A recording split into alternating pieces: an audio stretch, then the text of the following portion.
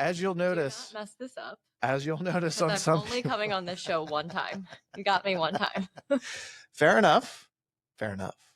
Until you're famous, and then I'll come back. And then back. Well, yeah, exactly. We got to parlay that. So I did wear the mustache just for you. Really, I noticed, and I'm deeply hurt and upset by it. But we'll talk about that later. It's not my best look. No.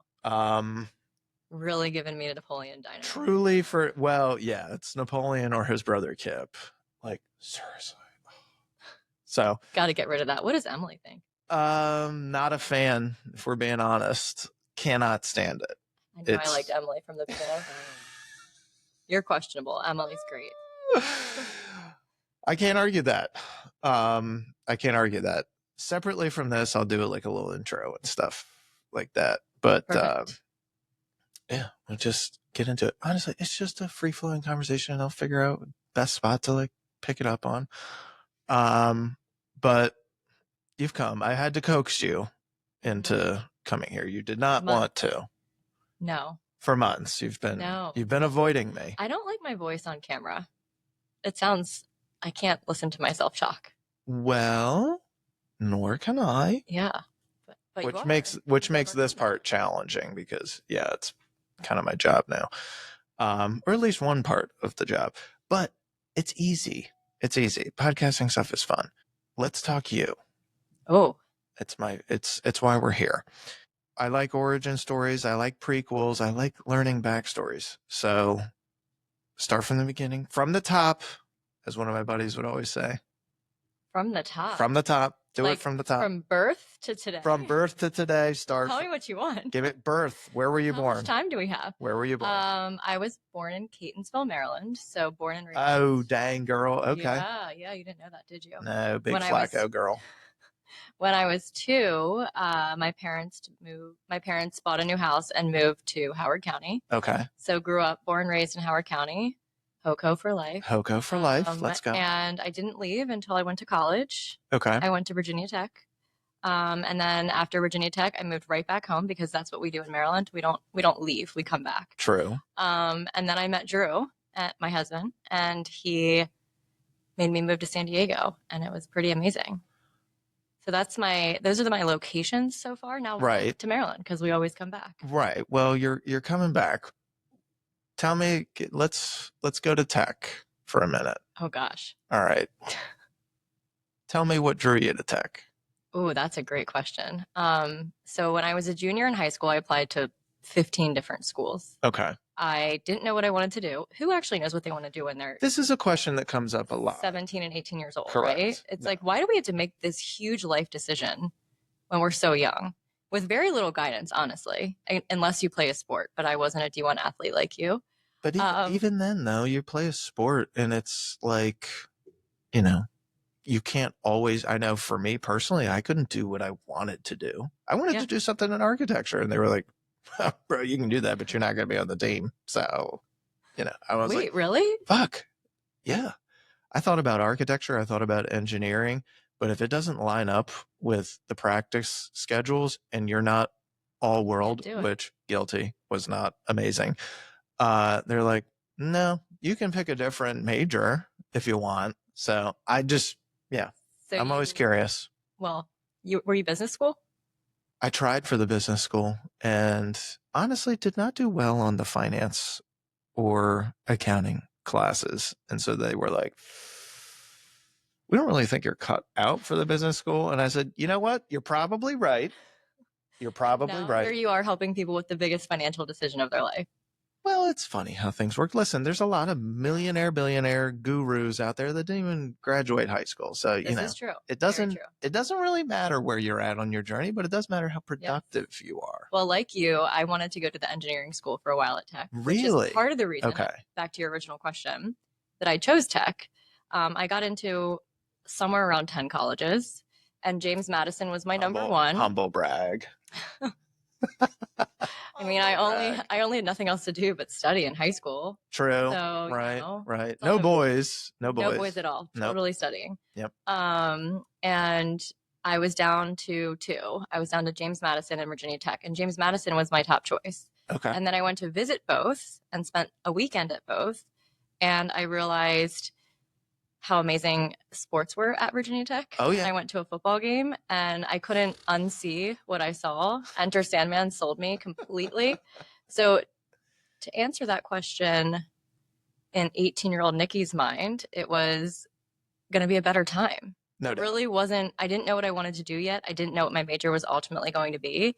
So I chose Virginia Tech, and no regrets. It was such a great 4 years, and Blacksburg's amazing. Who was on the team when you were there? Because that was like during the pretty good damn stretch. We were number 2 in the nation at the time.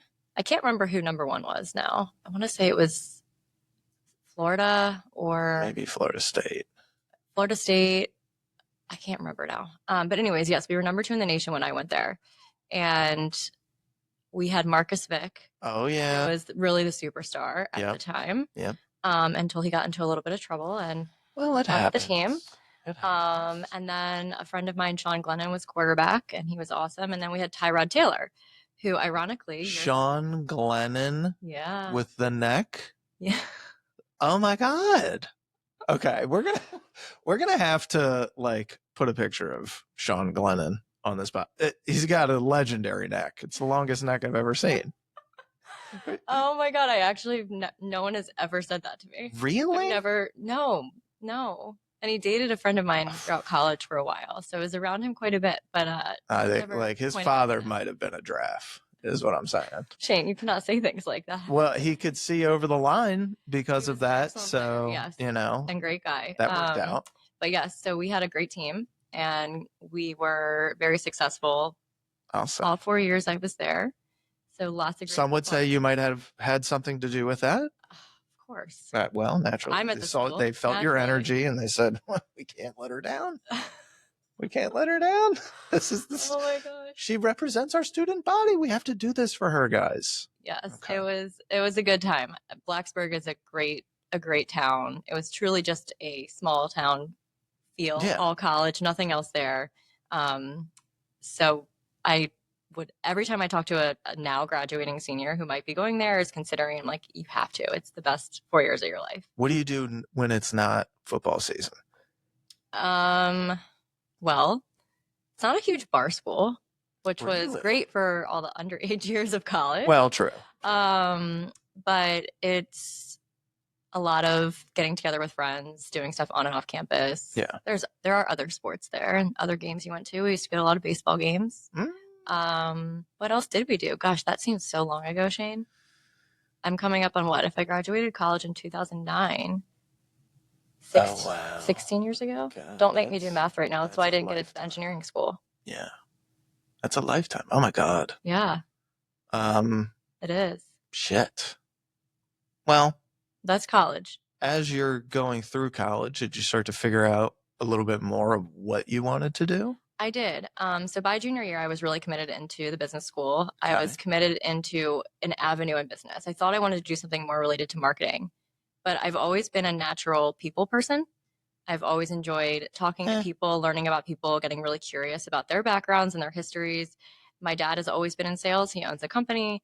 My mom was in sales for a long time before she had kids. So it kind of naturally hit me. I was like, well, I got to be in sales. I have to. some capacity. The whole family was. It's a great relationship-based business. Do you ever have like reservations with it? Like, most sales jobs are commission or at least partially commission. Do you ever have reservations, or were you thinking like, fuck, I'm young, if I'm going to do it, now is the time? I wouldn't say reservations. I've been at 4 companies since college. So I'm very loyal to the companies I work for and what it is that I do. And I've had success in all of them to some capacity, right? Where were you starting out? I started at my dad's company. Okay. Actually, this is a funny story. Tell me more. So my dad owns a small industrial company based out of Columbia, Maryland. It's called Baltimore Rubber and Gasket. So when I told everyone in college I was going to work for Baltimore Rubber and Gasket, there was a lot of questions about what that was, which was quite entertaining.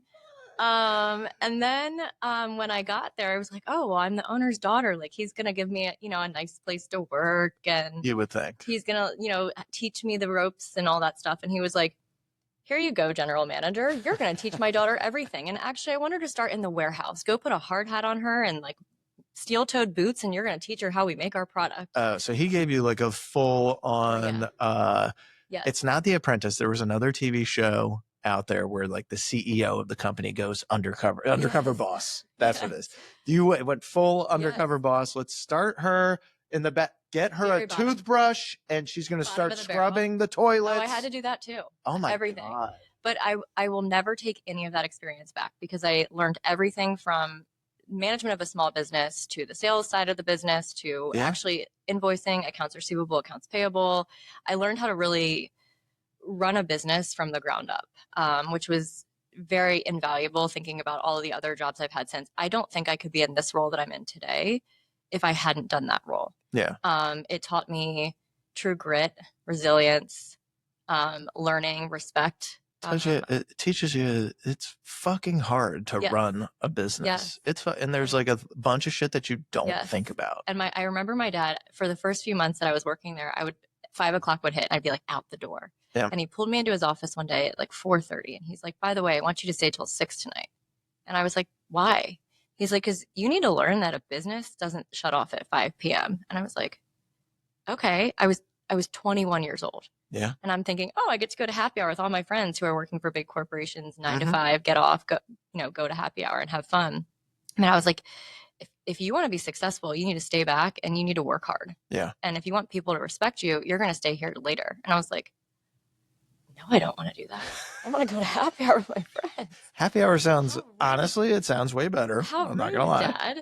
Dad. But in hindsight, I owe a lot of my business acumen and grit and drive to him, because he taught me that from the time I graduated college, which, look, I should have probably known that before college, but let's be real. We're in college, you don't spend the time to think about kids don't know. No. Yes. Unless you're, of course, playing a sport like you, where you're like the discipline in that you're getting up at 5 a.m. and going to practice versus laying in bed or deciding if you want to skip class, right? You're staying on that regimented schedule. To a degree, it's regimented, but at the same time, like, you have somebody telling you exactly what to do at all times. When you're in like real life, you don't have that. Yeah. And if you run your own business, you have to be the person to tell yourself you got to do all the shit. Yes. So if you can't do that, it doesn't matter how disciplined you are to be able to do stuff. You still have to have somebody tell you what to do. And it's not going to be a successful venture if that's how you operate. 100%. And I don't think I would have seen any success in the last 3 roles I've had following working for my father if I hadn't taken all the lessons from him and applied them. And I still, to this day, when I'm getting tired or it's the end of the week and I'm ready to go home, I hear my dad saying to me, no, like, dig a little deeper. You got to dig a little deeper to figure out a solution or, get an answer or help somebody out. So I really respect him, and he's really been a mentor to me in my business career. That's cool. Yeah. What'd you do after Dad? So I met Drew. At a lovely Put a picture of him up on the screen next. At a lovely concert in Washington, D.C. David Guetta. Randomly, not looking or hoping or wanting to meet anybody, but we met, and the rest was history. Yep. And he was at the Naval Academy at the time. I knew nothing about military life, nothing, nor did I want to be a military spouse or in that at all. I'm somebody who really enjoys spending time with my partner and wanted my partner to be around. And I met Drew, and I truly had no idea what I was signing up for. I was like, I don't think I can do this, but we'll see where this goes.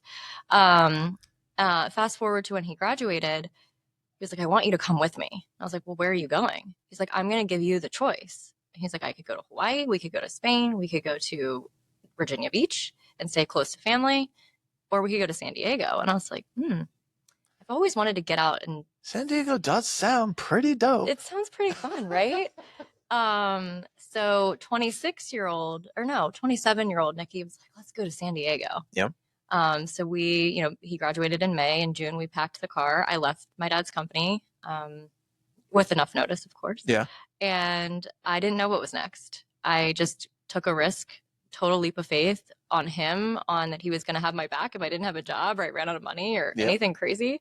We drove across the country together, which was truly one of my best memories to date as well. And then we get to California.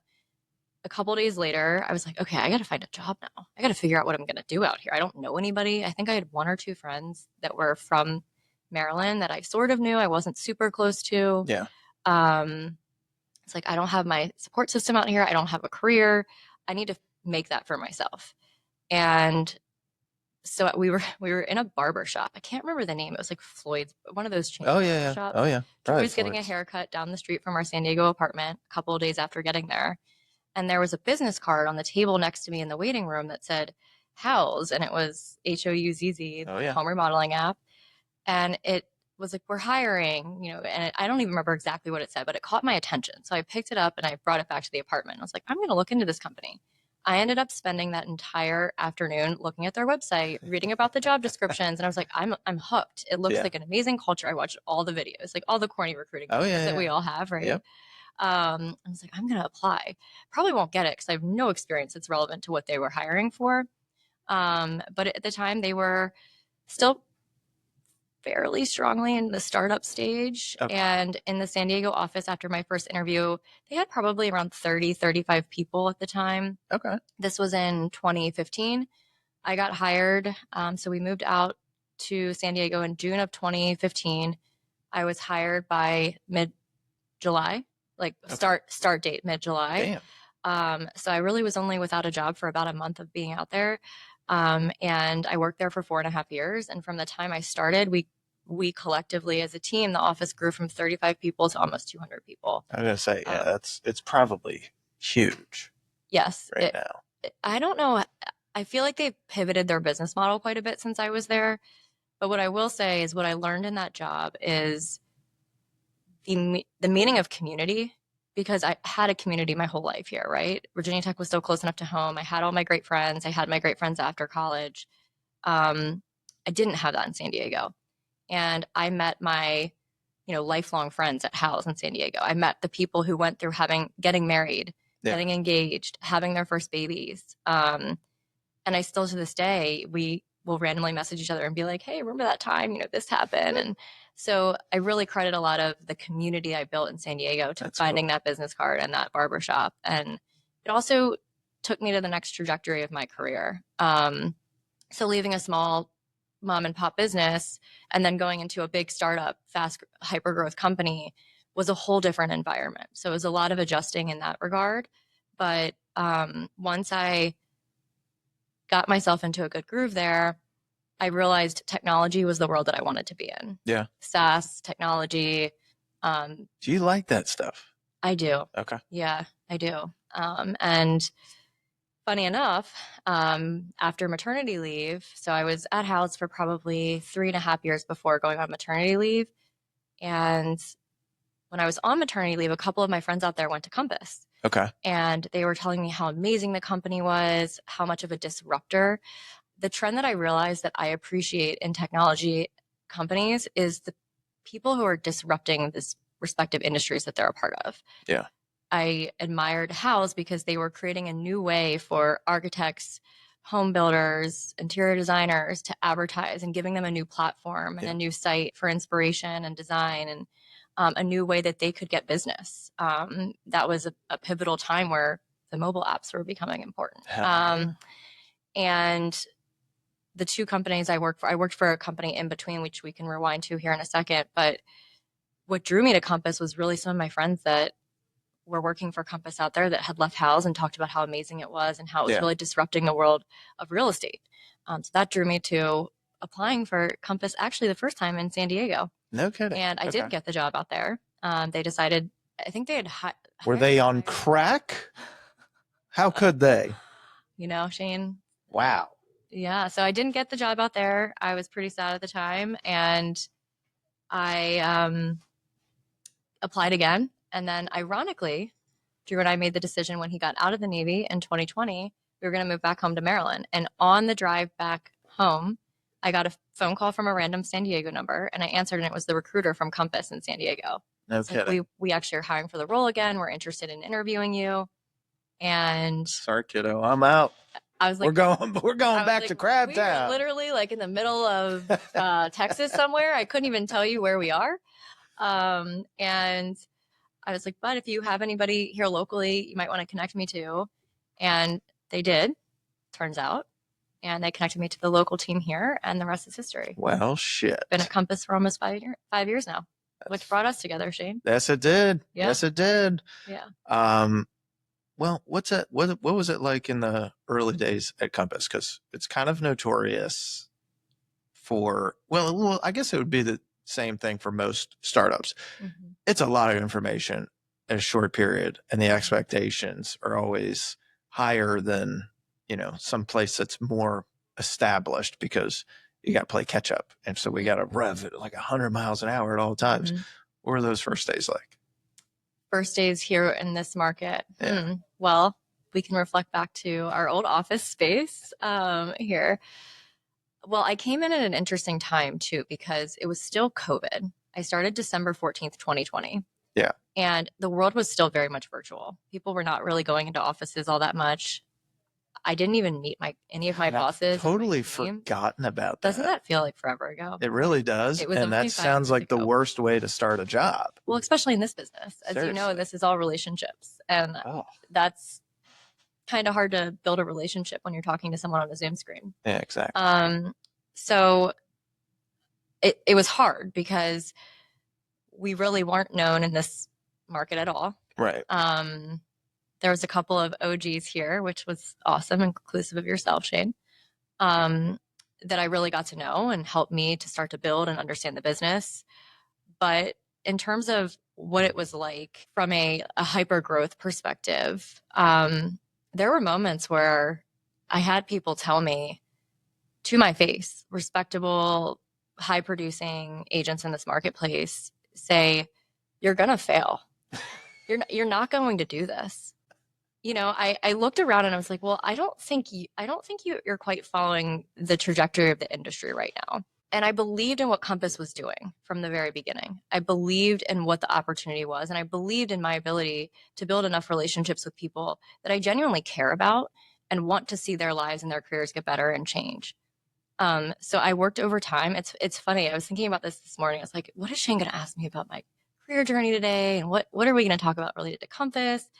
And I was thinking back to the early days where I would meet agent after agent, coffee after coffee, and they would tell me they loved me, right? And wanted to work with me at some capacity, but weren't ready to think about Compass because more of the traditional brands still held the market share. They had wonderful managers and wonderful relationships with the people in their offices. And I understood all of that. But to me, I looked at it as, this is just a matter of time. And I fast forward to 2025, and here we are, sitting in our beautiful new office.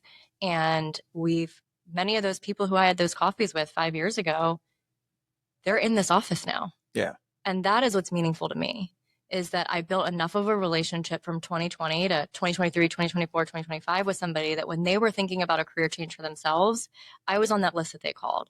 When I meet with somebody, my only goal is, can I add value to what it is that they're doing? Can I make their lives better? And if I can't genuinely say yes to one or two of those questions, I'll end the conversation. I won't ask somebody to move their business or their life to a company that isn't going to do those things for them. Well, I think you hit on something that's like, it's a pretty unique quality, especially in this business where it is very people oriented. You're very persistent yet patient, and that's a tough thing to do when you have quotas and metrics and all this other shit that you got to hit.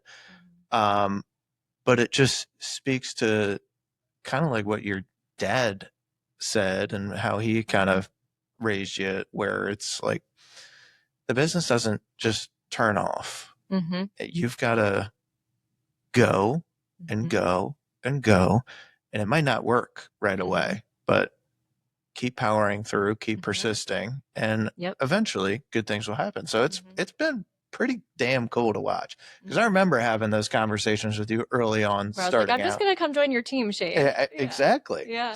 But I also remember people like doubting you. It was very difficult.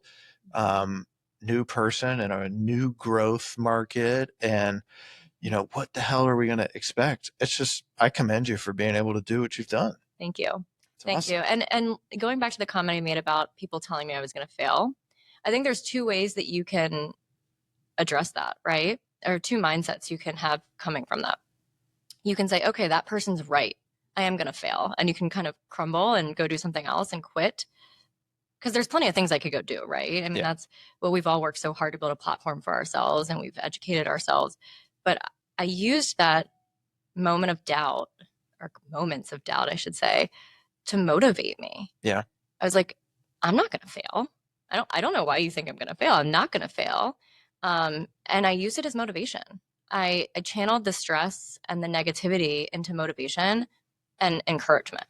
And that's a really hard thing to do. And it's another thing that I've had to teach myself over time, because in my first role, and we haven't talked about the company I worked for between House and Compass, but I worked for a small company called Mercado. And at the time, they were an indie grocery delivery company. And they were trying to do what Instacart did, but for all of the mom and pop markets, grocery stores, maybe chains that were like 6 or 7 stores, not 100, not the Whole Foods, not the, the Giants, the Safeways of the world, the smaller companies that needed the ability and the infrastructure to also get competitive and offer delivery, right? Especially in 2020 and 2021, that was really important. And I worked for them for a while. They were a brand new startup. They had just raised their seed round. Amazing CEO, true visionary. I mean, he started that company because his dad and his family owned a butcher shop in New York, and that was his vision for it. That's cool. But same thing was true in that role too. I would call these grocery stores and these owners and set meetings, and they'd be like, "You guys are going to fail. You guys aren't going to do this." And and look, like, people are always going to root for failure. And bringing that full circle, I think for me in business, I've taken that as that's a reflection on you all and what you're doing and your insecurity about how you're building your business and what it is that you have to offer versus what I'm doing. So I've really learned how to take the naysayers, going back to your question about the early stages and how hard and difficult it was, into opportunity and focus it more on, I'm going to use this as motivation. Yeah. I'm not going to use this or let somebody else win. Well, I mean, I think it's obvious why Compass hired you. I hope. In addition Maybe to not. in addition to like the personality traits, like you're also going in, you've got a track record of going into businesses that are in need of growing and selling them on growth. And like, use our platform, we'll be able to get you what you want. And it's worked. I mean, but you've God, it's pretty fucking cool. But it's also got to be difficult transitioning from tech sales to agents. Agents notoriously difficult personalities and people. So Shane, you're one of the more difficult ones. That's what I'm told. No, I'm kidding. You're great. It isn't and isn't. The companies I worked for before, it was very transactional. Right. It was very much like, let's get to the finish line. Let's determine if there's mutual value. Are we signing a deal? Or are we not signing a deal? Which is very traditional sales, very transactional. The piece I missed during those years was the relationship. I always go back to that word relationship, but it's so true. What I love about the agent space is it may not happen instantly.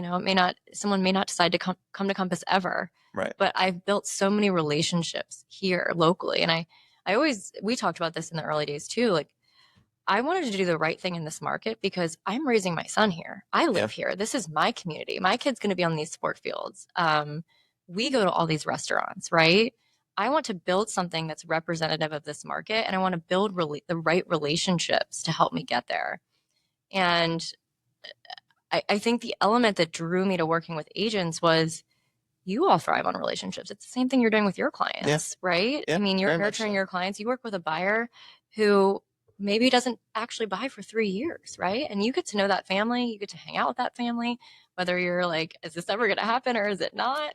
Sometimes it doesn't. Yeah. It doesn't. But sometimes it does. And it's a fucking cool feeling. Yes. Like, you made someone's dream come true. Exactly. And you found them a place that they're going to raise their family, or they're going to take that next chapter in their lives. Like, it's really when the same is true for what I do. When what gets me out of bed to do this job is the opportunity to really change someone's trajectory of their real estate career. Yeah. Yeah. Yeah. Well, how long do you think it takes, well, for some of your bigger acquisitions, how long do you think it takes to get those on? Does it take years of trying for the most part to convince them? And what's the pitch going into most of these agents or most of these, mega teams? It seems like there's a lot of fluidity now in brokers and where some of these top teams and stuff are going. I'm curious what the pitch is for comps. I know, but being here, but for the audience members or agents that are listening. Yeah.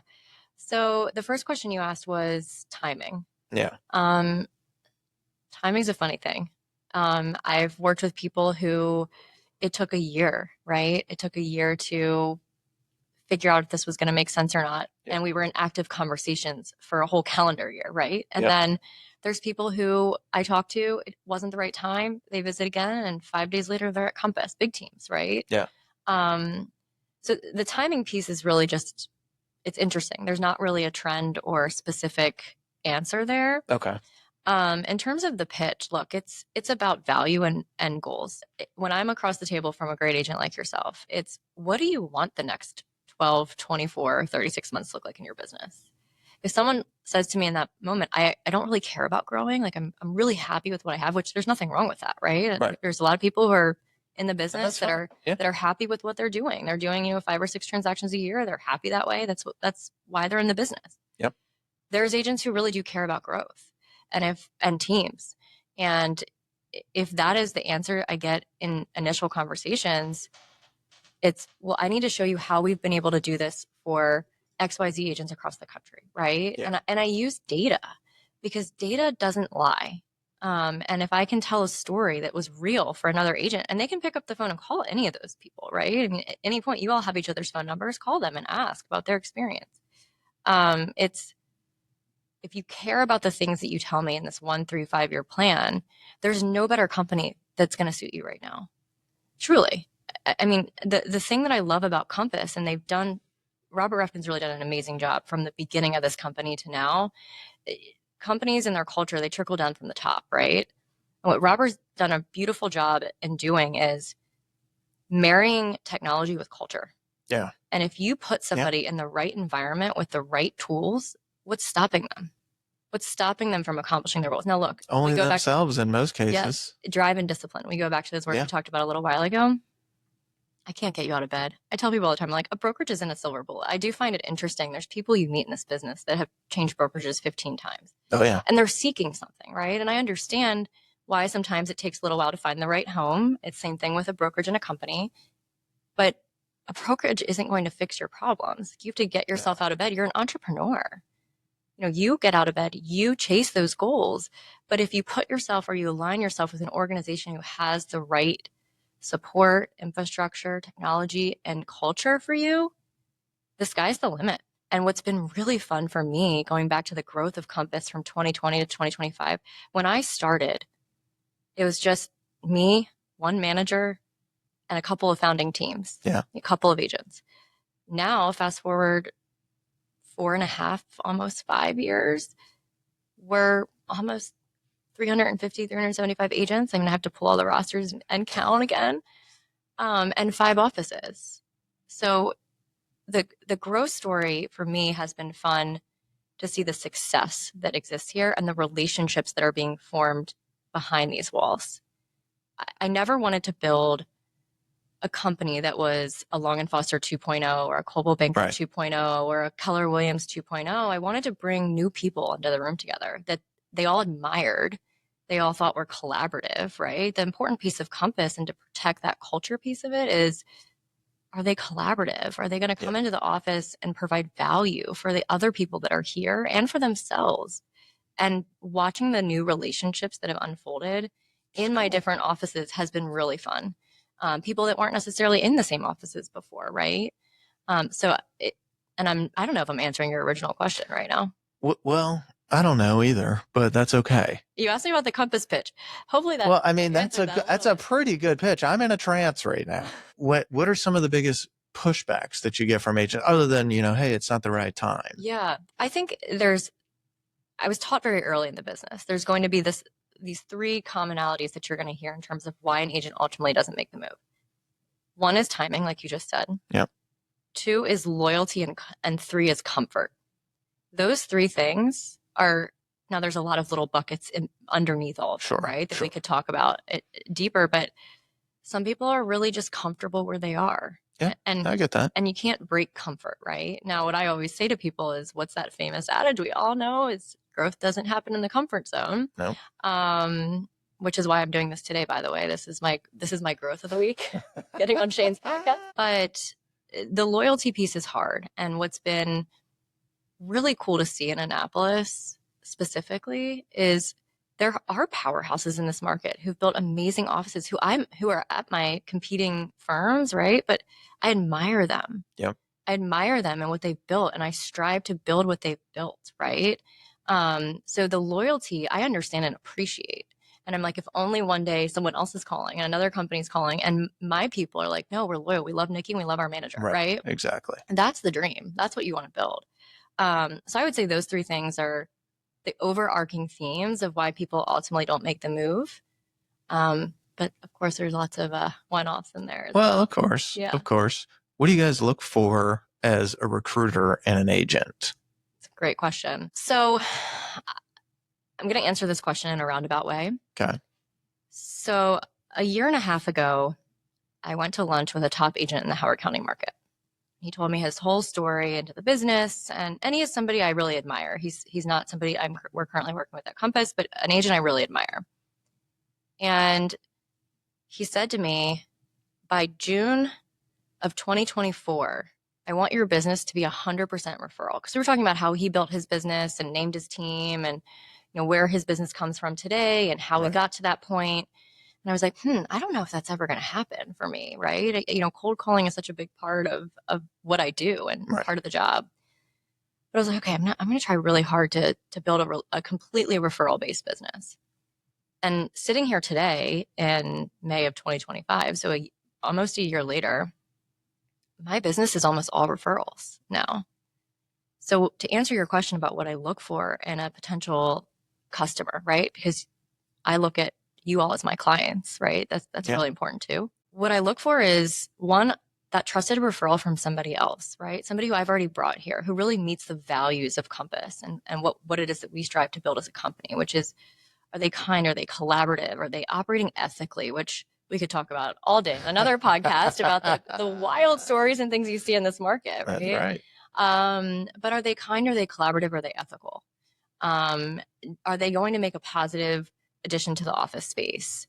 Another thing we look at as I'm thinking about where our model really fits into the industry is experience. I'm not necessarily the place for a new agent. I'm not. Now, team leads like yourself and other great team leads in all of our offices, they're great for newer agents who need mentorship and all of that. But I look at Compass as, yes, are we able to help mentor and train? Is there a lot of that going on internally? Absolutely. But really the experience also matters. So I typically am looking for an agent who's about 2 years in the business as well. Yeah. Has done some transactions, because I think that adds value into, again, the relationships and the culture that are forming here. So to answer your question, it's really heavily referral based at this point, thankfully. But when I was in the earlier stages, it was turning to all of you. I remember coming into your office, Shane.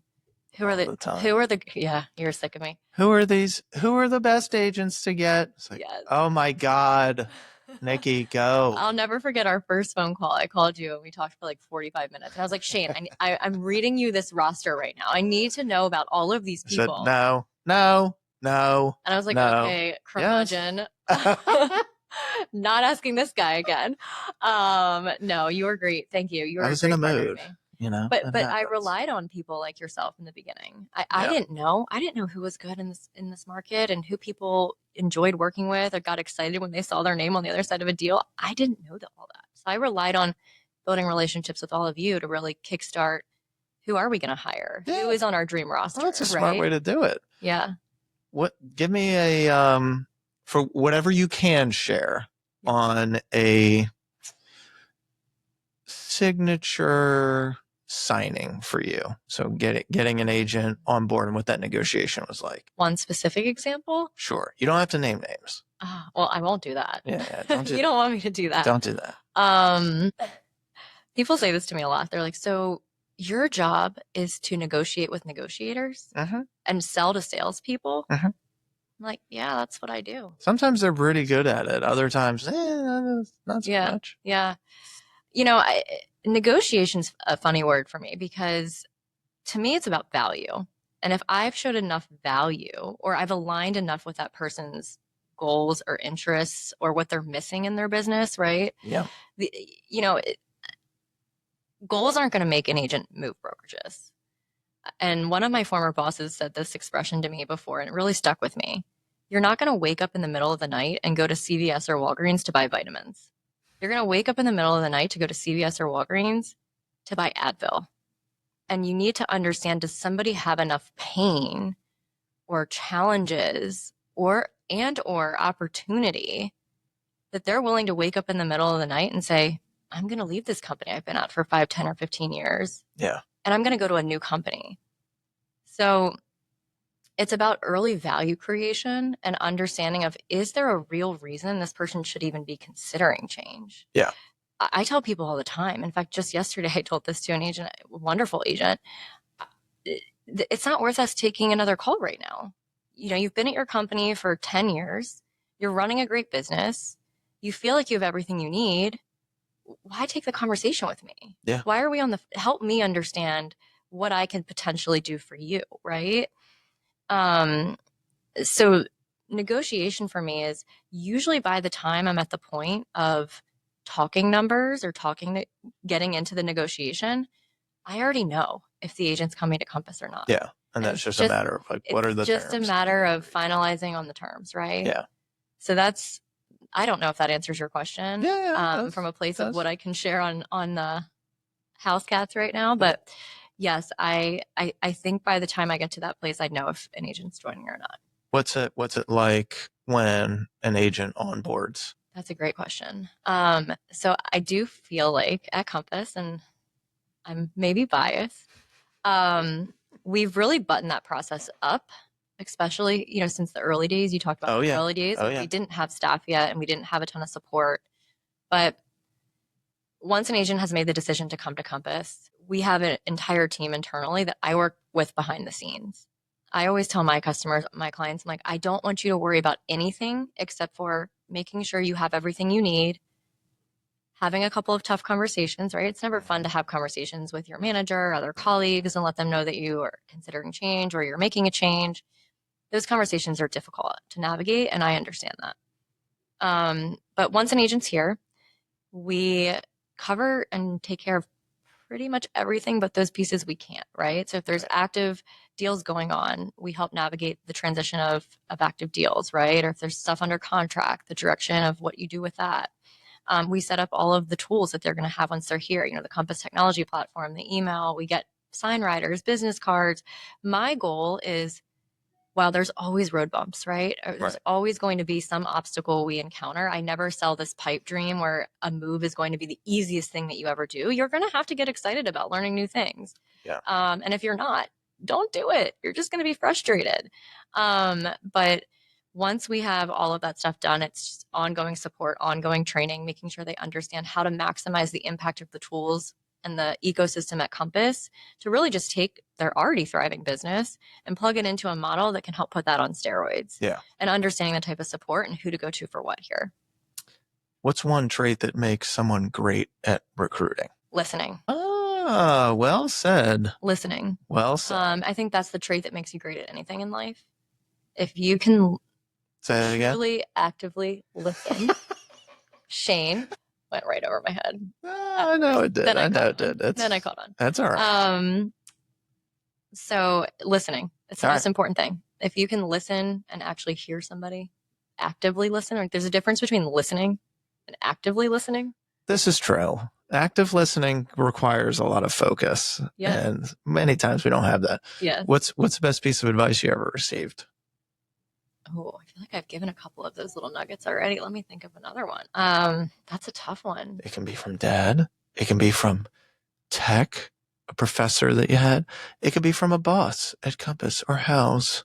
Best piece of advice I've ever received. I'm so cliche with all of this. I always go back to all the quotes and the things that people put. It's one of the things that drives my brother insane.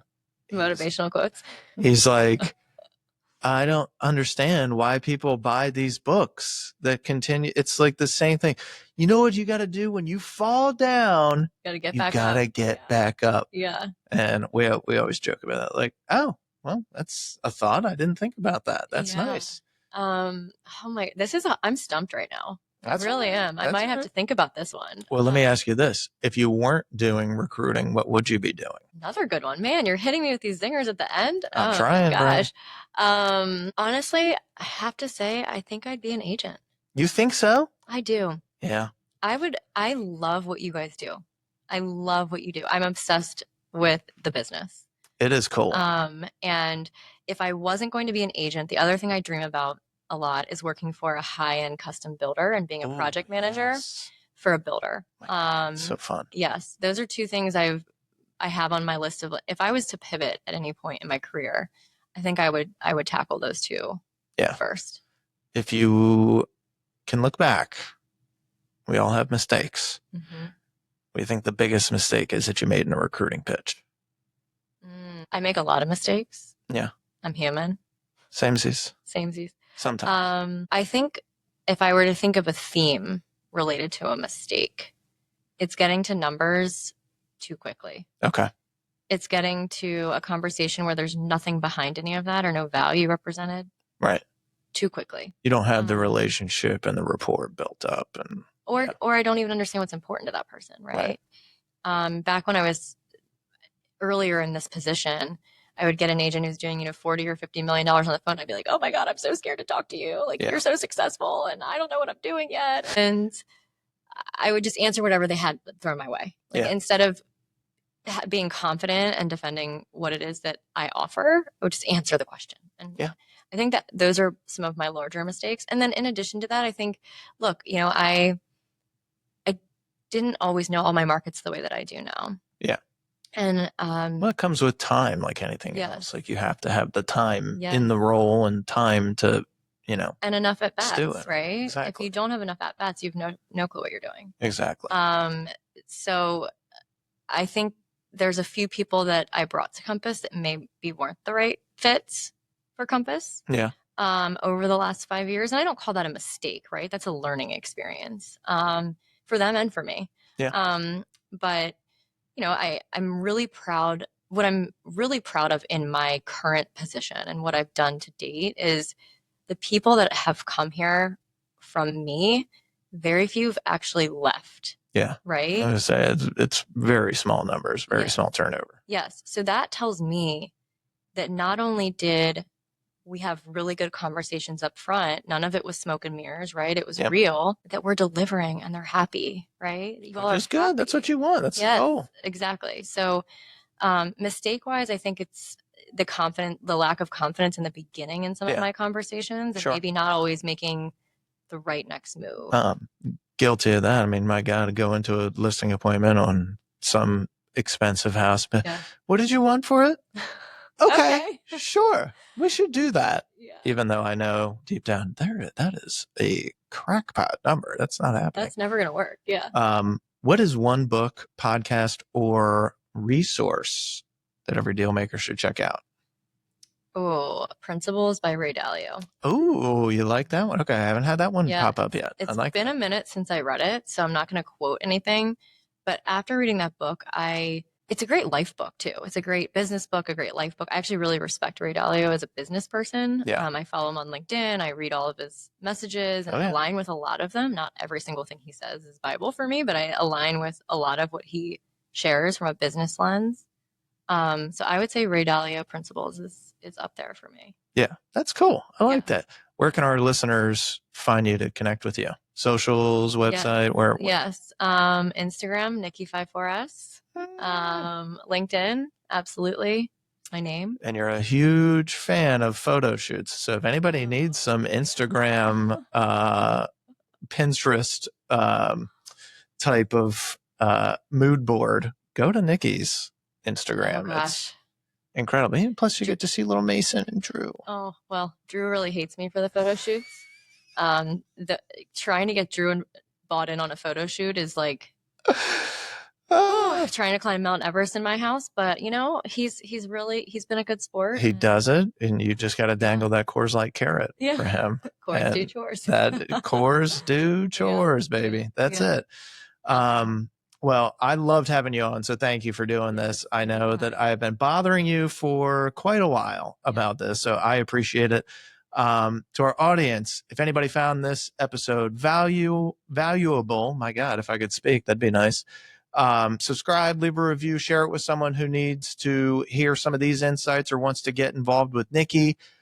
Stay tuned for next week's episode. We are going to be diving into a different world with another Dealmaker, but appreciate you guys very much. Love you, and we'll catch up soon. Peace.